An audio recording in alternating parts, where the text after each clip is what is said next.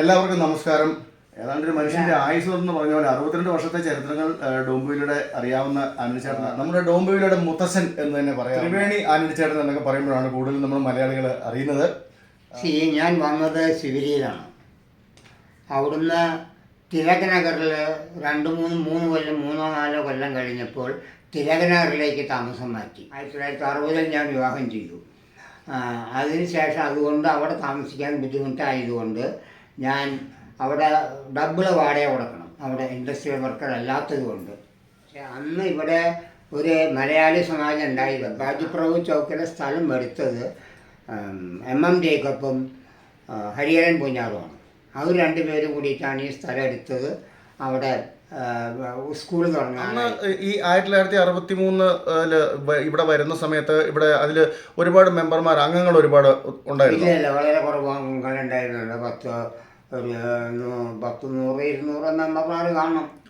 TGT നായരും MRC നമ്പീസിനും രണ്ടും ഒരേ ഇതിലുള്ള ആൾക്കാരായിരുന്നു. 72 മുതൽക്ക് തന്നെ ഇവിടെ ഗ്രൂപ്പുകളുണ്ട്. 72 അല്ല, 65, 67 മുതൽ 67, 68 മുതൽ തന്നെ ഇവിടെ ഗ്രൂപ്പുകളുണ്ട്. പക്ഷെ ഗ്രൂപ്പുകൾ നാശത്തിലേക്കുള്ള വഴിയിലല്ല പോയിട്ടുള്ളത്. മനസ്സിലായി? ഗ്രൂപ്പ് നിലനിൽക്കുന്നുണ്ടെങ്കിൽ കൂടിയിട്ട് ആ ഗ്രൂപ്പുകൾ നാശത്തിലേക്ക് പോയിട്ടില്ല. ആ ഗ്രൂപ്പ് വേണം, പക്ഷെ അത് കൺസ്ട്രക്റ്റീവായിട്ടുള്ള ഗ്രൂപ്പ് വേണം. തീർച്ചയായിട്ടും. അതായത് അന്നൊക്കെയുള്ള ഗ്രൂപ്പ് ഉണ്ടെന്ന് പറഞ്ഞാലും സമാജത്തിന്റെ പ്രവർത്തനത്തിന്റെ കാര്യങ്ങൾ വന്നു കഴിയുമ്പോഴും എല്ലാവരും ഒറ്റക്കെട്ടായിട്ട് നിൽക്കുമായിരുന്നു. ഓക്കെ, ഇന്ന് അതല്ല എന്നുള്ളതാണ് ആനന്ദിച്ചേട്ടൻ പറയുന്നത്.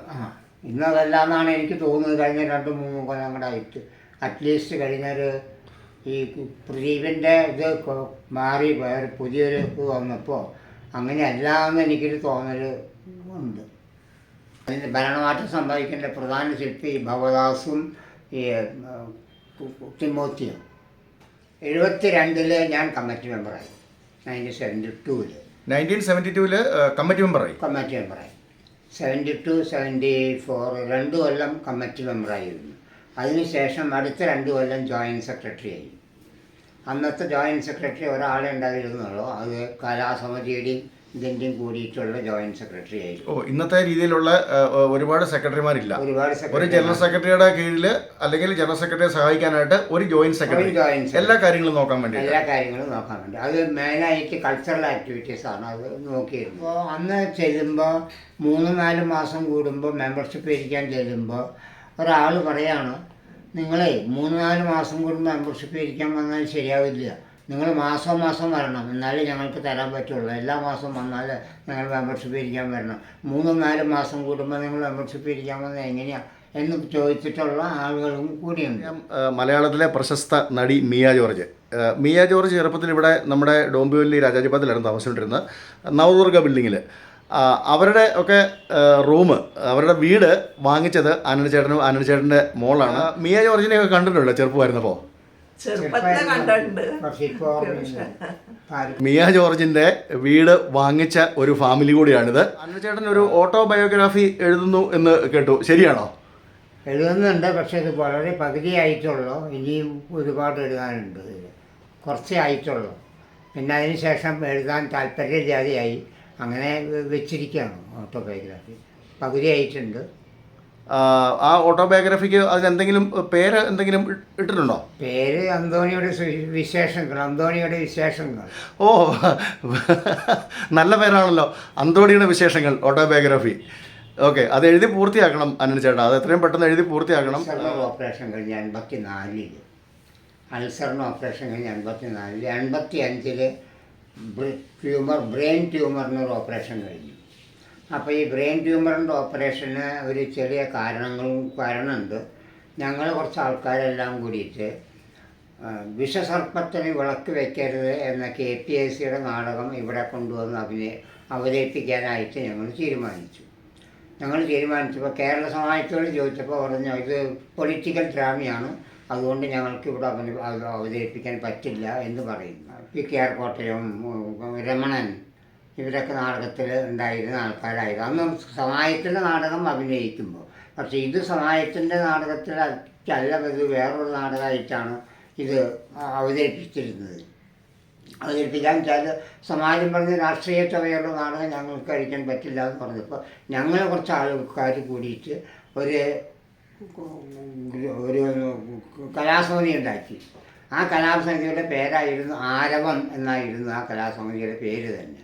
അത് ഇപ്പോഴും എനിക്ക് ഓർമ്മയില്ല. ഞങ്ങൾ അവതരിപ്പിക്കും എന്ന് വാശി പിടിച്ചിട്ടുള്ള കുറേ ആൾക്കാരും ഇത് അവതരിപ്പിക്കാൻ പാടില്ല എന്ന് പറഞ്ഞിട്ടുള്ള കുറച്ച് ആൾക്കാരും അങ്ങനെ 2 വിഭാഗം ആൾക്കാരുണ്ടായിരുന്നു.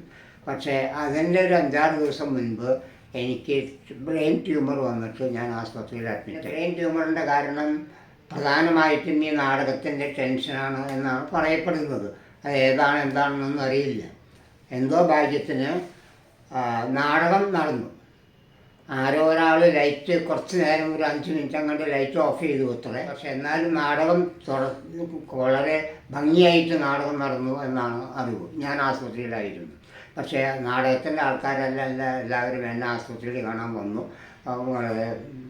പറഞ്ഞിട്ട് ആശുപത്രിയിൽ കാണാൻ വന്നു. UTIയുടെ പിന്നെ എടുത്തു, LIC, പിന്നെ അതിനുശേഷം ഇൻവെസ്റ്റ്മെന്റ് കൺസൾട്ടൻസിയിലേക്ക് കടന്നു അല്ലേ? അങ്ങനെയാണ് ആ ഒരു ബിസിനസ് വളർന്നത്. ഇന്നിപ്പം ജോർജും അല്ലെങ്കിൽ തെരേസയും ഒക്കെ ആ ഒരു ബിസിനസ് അവരിപ്പം കണ്ടിന്യൂ ചെയ്ത് കൊണ്ടുപോകുന്നു. പിന്നീട് അതങ്ങനെ വന്ന് ആ ഒരു സാമ്പത്തിക രംഗത്ത് തന്നെ ഇങ്ങനെ 2 ചെറുമക്കൾ 2 പേര് ചാർട്ടേഡ് അക്കൗണ്ടന്റുമാരായി അല്ലേ? അങ്ങനെയൊക്കെയാണ് ആ ഒരു ചരിത്രങ്ങൾ വന്നു കഴിയുമ്പോഴത്തേനുള്ളത്. അന്ന് 3-4 ആൾ കയറും. ഞങ്ങൾ 3-4 ആൾ ഡോംബൂലിന് കയറും. എന്നിട്ട് ഇവിടെ നമ്മുടെ ഡോറുണ്ടല്ലോ, ഡോറിൻ്റെ അവിടെ നിന്നിട്ട് ഞങ്ങൾ ചുറ്റു കളിക്കും. 56 എല്ലാം 56 കഴിക്കുക. 56 കളിച്ചിട്ട് ഡോറിൻ്റെ അവിടെ നിന്നിട്ട് ചുറ്റു കളിക്കും. കാരണം ഡോർ അങ്ങനെ പറയാറുണ്ട്. എന്നിട്ട് എന്നെ കളിയാക്കിയിട്ട് പറയും, ആരോ കോട്ടയാണോ വേറെ ആരാണോ എന്ന് എനിക്കറിയില്ല, ആരോ പറയും അനുസരിച്ചൊരു കാര്യം ചെയ്യുക, നമുക്ക് ഈ 56ൻ്റെ ഉണ്ടല്ലോ ഒരു 56 സുവിശേഷം എഴുതും. 56 സുവിശേഷം എന്ന് പറയാറുണ്ട് കളിയാക്കിയിട്ട്. അങ്ങനെ തമാശക്ക് ഞങ്ങൾ പലതും. അന്നച്ചേട്ടനെ ഇന്ന് ഒന്നിങ്ങനെ കാണാനും ഈ കാര്യങ്ങളൊക്കെ നമുക്ക് സംസാരിക്കാനും ഉള്ള ഒരു അവസരം ഉണ്ടായി. അതിന് ഒരുപാട് നന്ദിയുണ്ട്. അപ്പോൾ തീർച്ചയായിട്ടും അന്നച്ചേട്ട എല്ലാവിധ ആയുരാരോഗ്യങ്ങളും ജഗദീശ്വരൻ തരട്ടെ എന്ന് ആശംസിക്കുന്നു. സന്തോഷമുണ്ട്. എല്ലാവരും കാണുന്നു. എന്നെ പറ്റിയിട്ട് നല്ല അഭിപ്രായങ്ങൾ പറയാനായിട്ട് ഉള്ള ഒരുക്കി തന്ന ജോസഫിനും ഞാൻ നന്ദി പറയുന്നു.